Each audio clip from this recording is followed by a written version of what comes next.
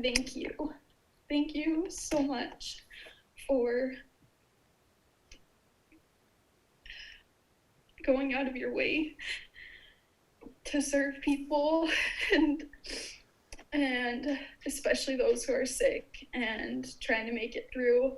I'm so grateful for those healthcare workers and those who are on the front lines of this. They are miracle workers. Find our voice in the crowd and live out loud.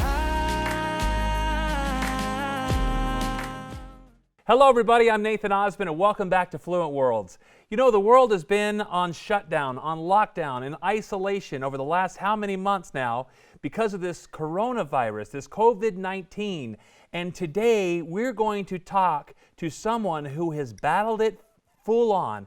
In fact, Sydney Fuller is here with us today. She and her family were some of the first in Utah to be diagnosed with COVID-19. She's still on the way up, but she is a real fighter and a trooper and a voice of hope for anybody out there battling this or worried about this. We thought we would address the topic of COVID-19 today right here on Fluent World. So, coming to us live online, our friend Sydney Fuller. How are you?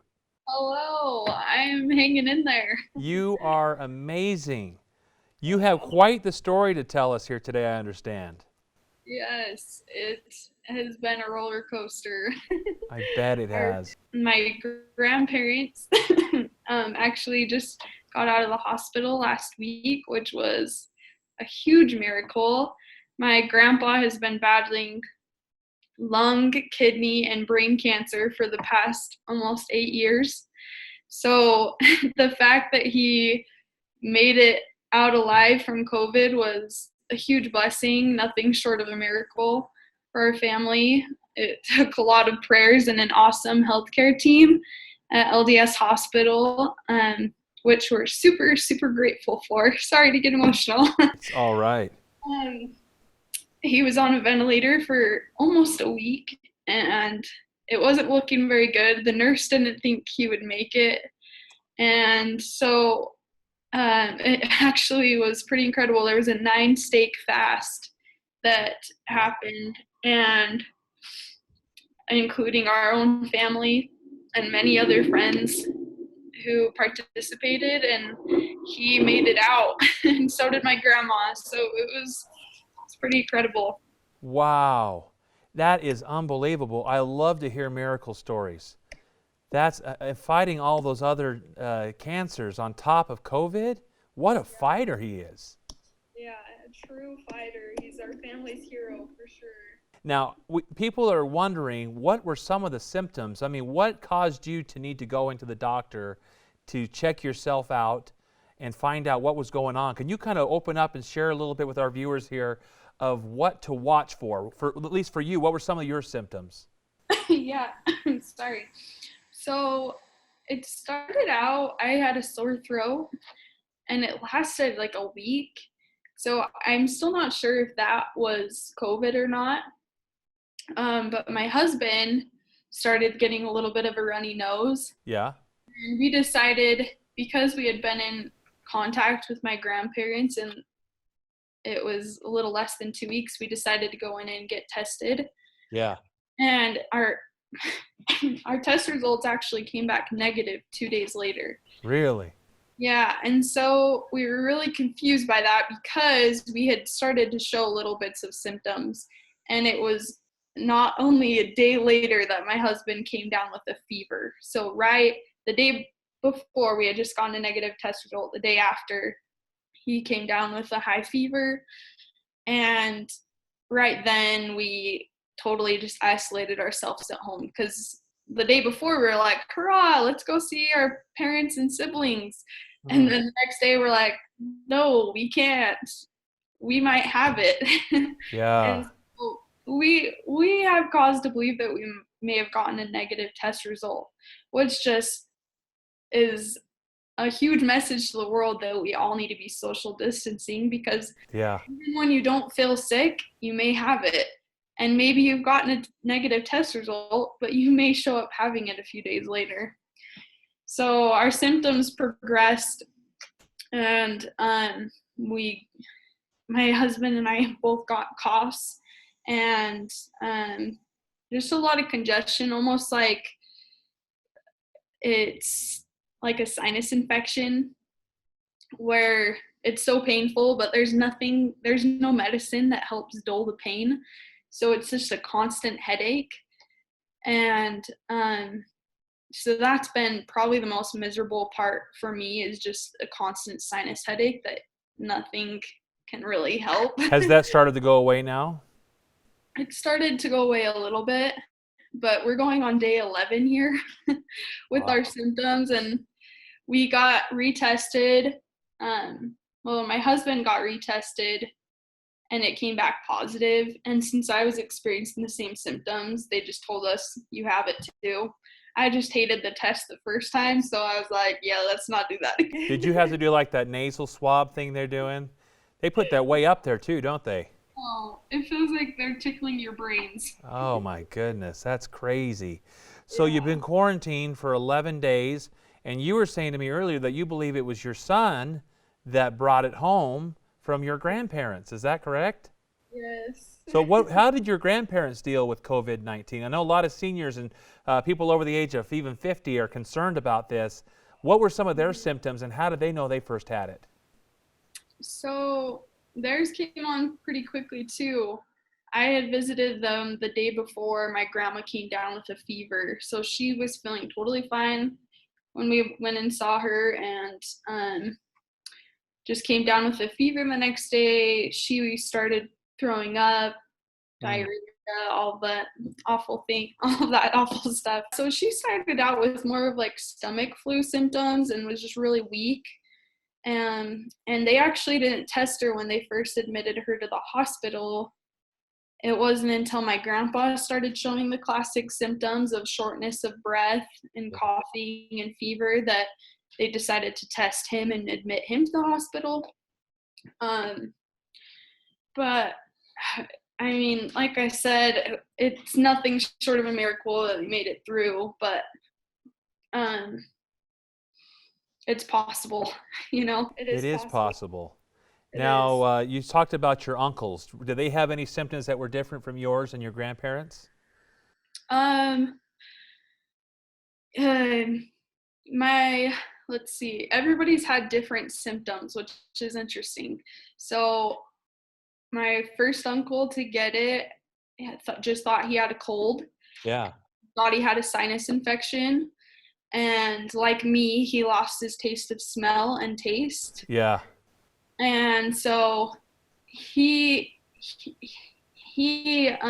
contracted it most likely somewhere around March 8th, Oh, yeah. really like early parts of the month last month. And then my other uncles have just been fevering, like extreme fevering for like 14 days straight. Did Tylenol help at all? I heard that's one of the few things that they could take. No. I've heard ibuprofen, and this is what I've heard, is not good for it. So there's certain things we're all learning. I was told that animals can't get it, but now a tiger at the Bronx Zoo has it. I'm like, excuse me? Yeah. I've got a dog, and I love her to death, but I hope that she doesn't get it. They're talking about how sometimes with like pink eye type of symptoms, they believe that now it's contractable through the eye. And so people will probably start wearing more glasses and protective gear for their eyes. It's an interesting time, but what message do you have for those people that are fighting this right now, and also for those that are worried about getting it? Because I'm sure you have some advice for those folks as well. Yes. So first off, for those fighting it, my prayers are with you. You can do it. You can get through. Keep drinking lots of fluids and rest and stay away from everyone to prevent the spread, Yeah. because this is an infectious disease. It is super harmful, but don't be fearful. Take courage, say a prayer, have some faith. You're going to make it through. If my grandparents can do it, anyone can do it. And I have to remind myself that every day, because I can get a little wimpy and discouraged. But if someone battling 3 different kinds of cancer can make it through, anyone can do it. Just take faith. And then for those who are fearful of getting it, just take the necessary precautions. Wear a face mask if you need to go out in public for any reason. Avoid people. Keep the 6 feet apart. Just do the things that we've been asked to do. Yeah. And social distance is just huge. It really is. And I'm just so grateful to hear a positive story, because oftentimes we don't hear the positive in our world. And there's a lot of people that are doing all sorts of out-of-the-box creative things to give back and help others through this difficult time. Those that are being quarantined. I saw a girl yesterday on the news playing the violin from a distance for the sweet lady who came out on her porch, you know. And I love to see people that are becoming a light for those that are going through darkness. And those that have lost hope, watch this video, because right here we have our dear friend who's fought through it, who's made it through it. And you believe that your child has even had it, right? Yes. Did he show any symptoms at all that you can think of? So there were 2 nights that he had woken up crying. Yeah. And that's pretty unusual for him. He usually sleeps Sure. 12 hours. And so for him to wake up, sorry, can you hear me? I can hear you. Okay, good. For him to wake up, I thought that was a little odd, but I just gave him some ibuprofen and snuggled him back to sleep, and he was fine. He never had a fever that I knew of. But those 2 nights, and he had a random runny nose one day, just a clear runny nose. Mm-hmm. And that's, I mean, yeah, that was the only thing. But it's amazing to see the good that people have really touched my life. Just random people who have come and served us and left things on our doorstep. There was a nurse that we talked to from Weber County and asking us more about our symptoms and things. And what really touched me is she's a complete stranger to me on the phone. I don't know this person whatsoever. And she was asking if we had checked our temperature that day. And it was kind of funny because we have 2 thermometers that don't even work. Wow. So she was like, well, I have a thermometer sitting around here. I'll come drop it by your house. And I didn't think much of it. I didn't think that she would, but she came within a couple hours after talking to us. And not only did she bring a thermometer, but she brought a book and a little toy car for my son.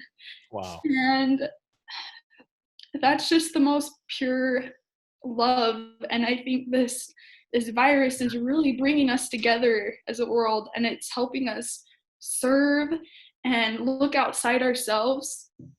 And so it's been a huge blessing in my life, and really humbling to be able to experience so many people serving our family and even complete strangers. That's wonderful. What message do you have for those who've been so selfless in giving? Thank you.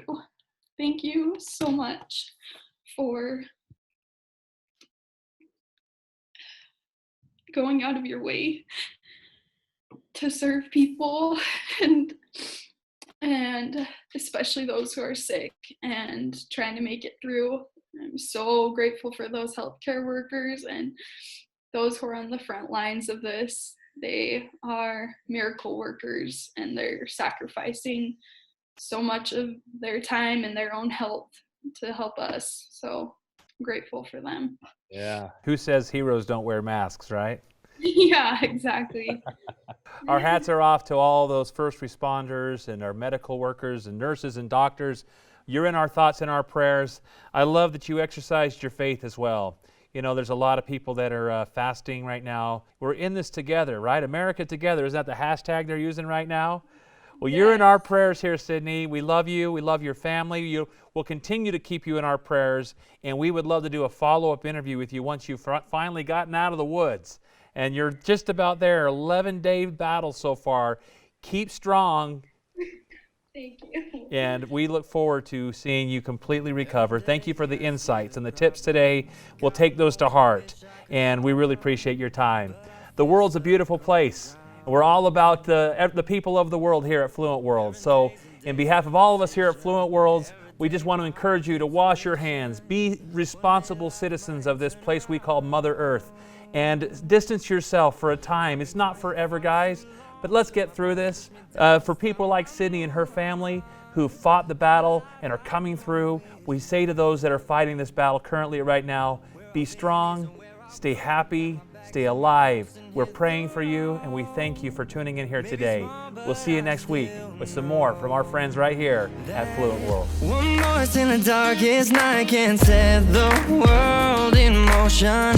One voice in a world so loud can end the world's commotion.